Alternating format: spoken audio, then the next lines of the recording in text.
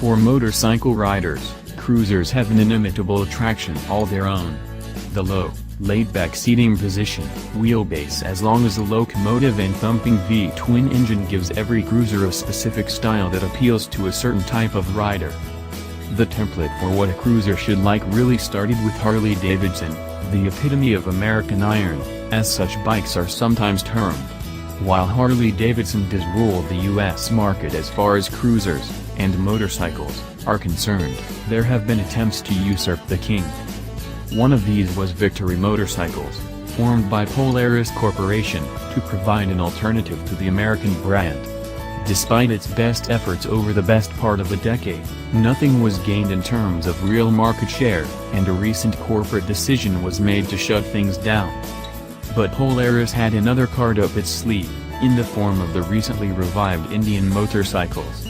Based on the engine and some shared mechanicals from Victory, Indian motorcycles showed a slow but steady resurgence in the public consciousness over the years. Coming into 2017, Indian has indeed emerged as a serious contender to the throne, out-parleying Harley in the cruiser game, with the Indian Classic Chief. We were given one of these cruisers, designed in the classic mold, recently, and put it through the paces.